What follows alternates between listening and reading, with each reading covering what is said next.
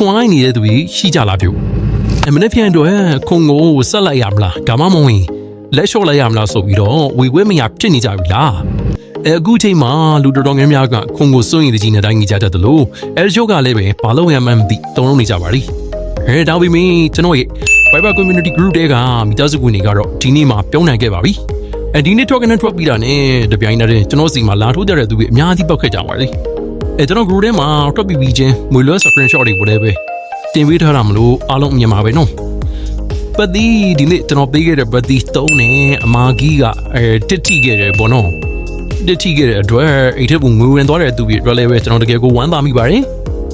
ကျွန်တော်ကိုရုံးကြီးလာရောက်ပြီးတော့ဒူရီလာကန်ဆန်းပေးကြတဲ့အတွက်ကိုလည်းပဲကျွန်တော်ကျေးဇူးအများကြီးတင်ပါတယ်ဗျ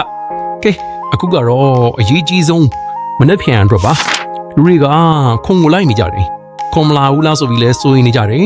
ကျွန်တော်ပြောချင်တာကအစနေကတည်းကခုံကိုလိုက်ခဲ့ကြတဲ့အမျိုးတွေတော့ပေါ့နော်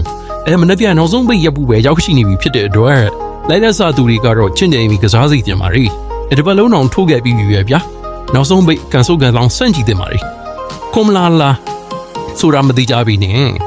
သိကြတဲ့အမာကြီးကတော့ကျွန်တော်မှရှိပါတယ်ကျွန်တော်ရဲ့မနေ့ပြန်အတွက်အမာကြီးကတော့3 မဲဖြစ်ပါလေ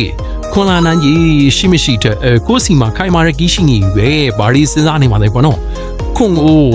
ကျွန်တော်ရဲ့အမာကြီး3 နဲ့ကပ်ပြီးတော့ကန်ဆန်းကြည့်ဖို့ကျွန်တော်အကြံပေးချင်ပါတယ်ကျွန်တော်ကတော့ဒီ3 အပေါ်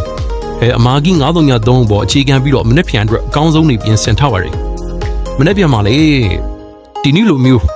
အခုထုတ်ချင်တဲ့သူတွေအတွက်ကျွန်တော်တို့လာရောက်လက်တွဲကြည့်နိုင်ပါတယ်ကျွန်တော်ရဲ့ဒီနေ့ပောက်ခဲ့ကြတဲ့ Viber Community ကလူတွေနဲ့အတူအောင်ပွဲခံနေတာဆိုရင်တော့ကျွန်တော်ရဲ့ Viber Community Group ကို join ထားပြီးတူရီကန်ဆန်းမို့အခုပဲကျွန်တော်ရဲ့ဖော်ပြပေးထားတဲ့ဖုန်းနံပါတ်လေးကို